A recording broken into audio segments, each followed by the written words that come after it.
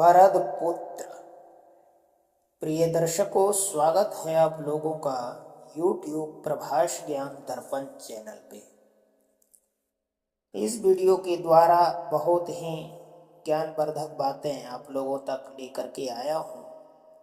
यानी इस वीडियो में आप समझेंगे कि वसुदेव जी का पिता कौन था और महारानी कुंती कौन थी और कुंती के द्वारा कर्ण का जन्म किस प्रकार से हुआ था। इन सारी जानकारियां इसी एक ही वीडियो के द्वारा आप लोगों तक आने वाली है। अतः जानकारी बहुत ही बेहतर और बहुत ही सुंदर शिक्षाप्रद कहानी होने वाली है। इसको ध्यानपूर्वक अवश्य सुनिएगा। तो आइए, इस कहानी को शुरू करने से पहले एक छोटा सा निवेदन करना चाहूँगा कि यदि अभी तक आप इस चैनल को सब्सक्राइब नहीं किए हैं, कृपया वीडियो को लाइक कर चैनल को सब्सक्राइब जरूर कर लीजिएगा और आने वाले वीडियो को प्राप्त करने के लिए बेल आइकॉन भी जरूर दबा लीजिएगा। तो आइए हम इस कहानी को आरंभ करते हैं। जैसे प्राचीन काल में मथुरा में एक प्रतापी नृपति राज्य करते थे। उनका नाम सूरसेन था। वे भगवान श्री कृष्ण के पिता वसुदेव के पिता था। वे बड़े धर्मात्मा एवं प्रतिज्ञा पालक थे। सूरसेन के एक अनन्य मित्र थे जिनका नाम कुंती भोज था। कुंती भोज के पास सब कुछ तो था, किंतु संतान नहीं थी। वे संतान के अभाव में दिन रात दुखी और चिंतित रहा करते थे। सूरसेन ने कुंती भोज के दुख को देखकर उन्हें वचन दिया था कि वे अपनी प्रथम संतान उन्हें दान में दे देंगे। सूरसेन की प्रथम संतान एक पुत्री थी। उन्होंने बड़े ही प्यार के साथ उसका नाम पृथा रखा था।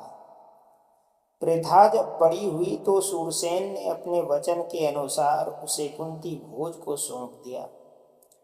कुंती भोज ने उसे अपने घर ले जाकर उसका नाम कुंती रखा। कुंती बड़ी रूपवती और गुणवती थी। गुणवती होने के कारण कुंती भोज ने उसे अतिथियों और साधु महात्माओं की सेवा का कार्य सुपुर्द किया था। वह बड़े ही मनोयोग के साथ इस कार्य को पूर्ण किया करती थी। एक बार कुंती भोज के घर दुर्वासा जी का आगमन हुआ। वे कई दिनों तक कुंती भोज के घर उसके अतिथि के रूप में रहे। उनकी भी सेवा कुंती ही किया करती थी। कुंती की सेवा और उसके विनीत व्यवहार ने दुर्वासा के मन को जीत लिया। वे जब जाने लगे तो उन्होंने कुंती को अपने पास बुलाकर कहा, पुत्री, मैं तुम्हारी सेवा से प्रसन्न हूँ। मैं तुम्हें एक मंत्र दे रहा हूँ।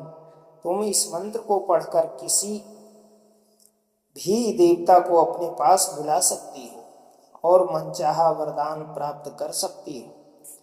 दुर्वासा कुंती को मंत्र देकर चले गए। प्रभात के पश्चात का समय था। सूर्योदय हो चुका था। आकाश में पक्षी उड़ रहे थे। कुंती राजकीय उद्यान में एक शिलाखंड पर बैठी हुई थी। सहसा उसका ध्यान दुर्वासा के मंत्र की ओर गया। उसने सोचा, क्यों न दुर्वासा के मंत्र की परीक्षा ली जाए। कुंती ने मंत्र को पढ़कर सूर्यदेव का आवाहन किया। आश्चर्य, सूर्यदेव कुंती के सामने प्रकट हो गए। कुंती स्तब्ध हो गई। उसका मस्तक अपने आप ही सूर्य के समक्ष नत हो गया। प्रिय श्रोताओं, सूर्यदेव बोल उठे, तुमने मेरा आवाहन क्यों किया? कुंती बोली, देव, दुर्वासा ऋषि ने मुझे एक मंत्र दिया था। मैंने मंत्र की परीक्षा के लिए उसे पढ़कर आपका आवाहन किया। मुझे क्षमा कर दीजिए।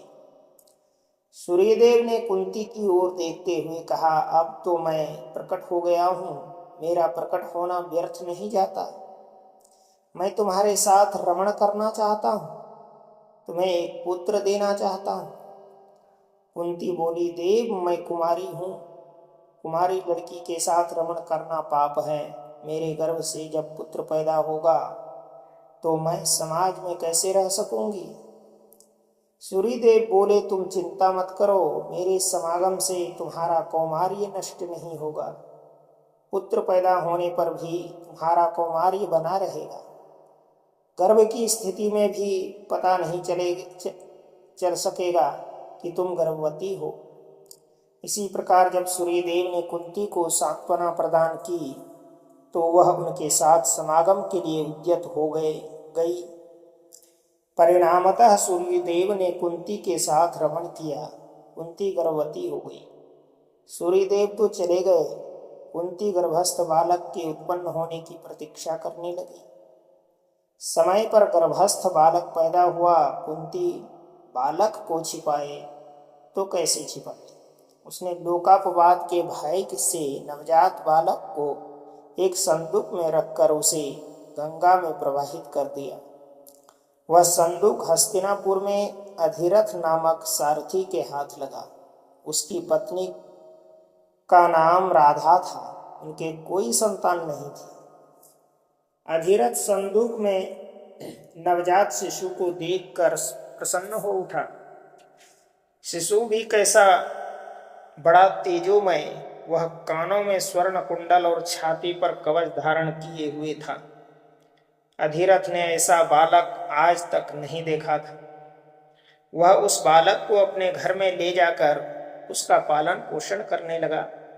अधिरथ द्वारा पालित वही नवजात शिशु बड़ा होने पर कर्ण के नाम से प्रसिद्ध हुआ। कर्ण बड़ा शूरवीर और दानी था। उसके शौर्य और दान ने उसे अमर बना दिया।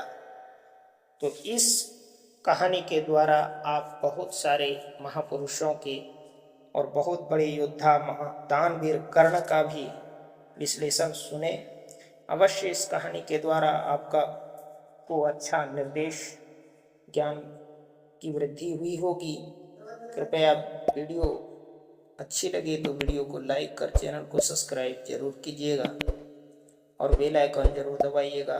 मिलते हैं आगे वीडियो में पुनः अगला प्रसंग को लेकर के। तब तक के लिए जय गुरुदेव।